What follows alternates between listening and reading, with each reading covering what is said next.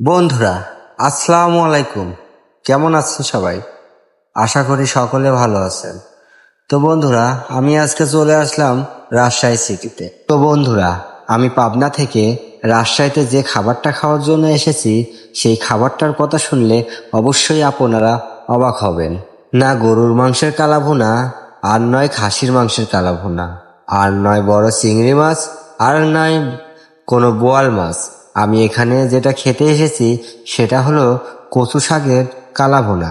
তো বন্ধুরা, দেখতে দেখতে আমরা পৌঁছে গেলাম আমাদের কাঙ্ক্ষিত গন্তব্যস্থলে। দেখুন বন্ধুরা, এই হোটেলটি অতিথি হোটেল অ্যান্ড রেস্টুরেন্ট। এটি রাজশাহী শহরের 8-10টা হোটেলের মধ্যে অন্যতম। তো রিক্সা থেকে নেমে আমরা হোটেলের মধ্যে প্রবেশ করলাম।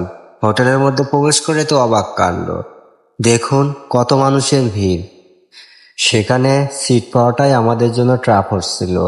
তো আমরা কোনো মতো হাত মুখ ধুয়ে এক টেবিলের এক কোনায় বসে পড়লাম এবং খাবারের মেনুগুলা খুব ভালো করে দেখতে লাগলাম।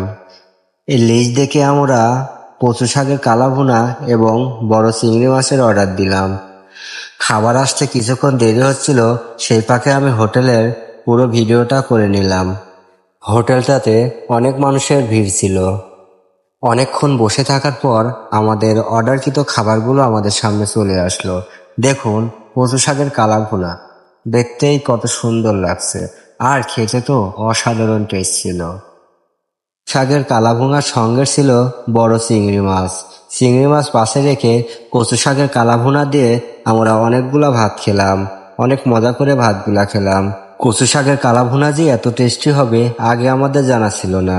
এর আগে আমরা কখনো কচু শাকের এরকম কালাভুনা খাইনি। আপনারাও যারা কচু শাকের এই কালাভুনা খাননি, তারা যদি খেতে চান তাহলে অবশ্যই রাজশাহীর ভদ্রা বাস স্ট্যান্ডের সামনে এই অতিথি হোটেল আর রেস্টুরেন্টে চলে যাবেন। সময়টা ছিল দুপুর টাইম। পেটে প্রচন্ড ক্ষুধা ছিল, তাই সকলে মিলে তৃপ্তি সহকারে সমস্ত খাবারগুলো খেয়ে সাবার করলাম। খাবারের পাশাপাশি আবার ভিডিওর মাঝখানে সবাই একটু মজা করে নিলাম। খাবার শেষ করে উঠতে না উঠতেই ঘটে গেল আরেক অবাক কাণ্ড।